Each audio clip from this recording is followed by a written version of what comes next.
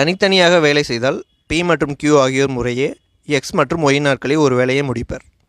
P ஒரு வேலையை தொடங்குகிறார். இருவரும் மாற்று நாட்களில் வேலை செய்தால் 7 நாட்களில் வேலை முடிந்தது.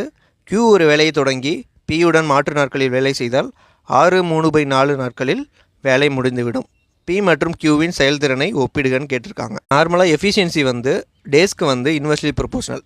அதாவது எஃபிஷியன்சி வந்து டேஸ்க்கு வந்து இன்வெர்ஸ்லி ப்ரொபோஷனல்.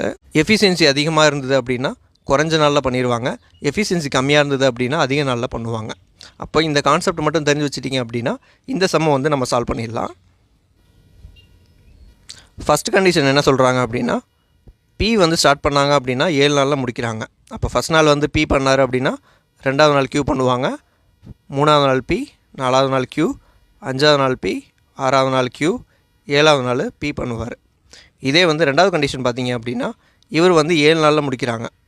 அடுத்து 2வது கண்டிஷன் பார்த்தீங்க அப்படின்னா Q ஸ்டார்ட் பண்ணாங்க அப்படின்னா அடுத்து P, Q, P, Q, P, Q. இதில் ரெண்டுலேயுமே பார்த்தீங்க அப்படின்னா பொதுவாக வந்து பார்த்திங்கன்னா இந்த 6 நாள் வந்து பொதுவாக வந்துடும். இது வந்து எத்தனை நாளில் முடிக்கிறாங்க அப்படின்னா 6/3/4 நாளில் முடிக்கிறாங்க. இது ரெண்டுலேயுமே பார்த்தீங்க அப்படின்னா 6 நாள் வந்து பொதுவாக வந்துடும். 7வது நாள் மட்டும்தான் வந்து தனித்தனியாக பண்ணுறாங்க. அதாவது 7வது நாள் ஃபஸ்ட்டு கண்டிஷனில் வந்து 7வது நாள் பார்த்தீங்க அப்படின்னா P பண்ணுறாரு, செகண்ட் கண்டிஷனில் பார்த்தீங்க அப்படின்னா Q பண்ணுறாங்க. இந்த 7th டே பார்த்தீங்க அப்படின்னா P வந்து அந்த ஒரு நாள் ஃபுல்லாக எடுத்துக்கிறாரு.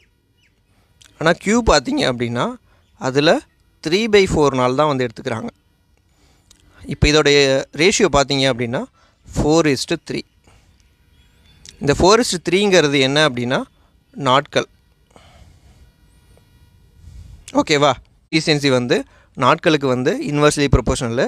அப்போ P/Qவோட ரேஷியோ வந்து பார்த்தீங்க அப்படின்னா இங்கே 4:3 இருக்குது அப்படின்னா இங்கே 3:4ன்னு வரும்.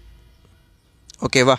இப்போது Pயோட எஃபிஷியன்சி பார்த்தீங்க அப்படின்னா 3/4 × 100. அப்போது 75%. இப்போ Pயோட எஃபிஷியன்சி 75% அப்படின்னா Qவோட எஃபிஷியன்சி வந்து 100. அப்போ 100ல் 75% வந்து Pயோட எஃபிஷியன்சி. இப்போ இதுக்கான ஆன்சர் பார்த்தீங்க அப்படின்னா Pயோட எஃபிஷியன்சி வந்து Qவோட எஃபிஷியன்சியில் 75%. ஆன்சர் B தான் வந்து இதுக்கான கரெக்டான ஆன்சர். இந்த கொஷினும் பார்த்தீங்க அப்படின்னா RRB JEE 2019 கேட்ட ஒரு கொஷின் தான். இந்த வீடியோ உங்களுக்கு பிடிச்சிருந்தது அப்படின்னா லைக் பண்ணுங்கள், ஷேர் பண்ணுங்கள், சப்ஸ்கிரைப் பண்ணுங்கள். தேங்க்யூ.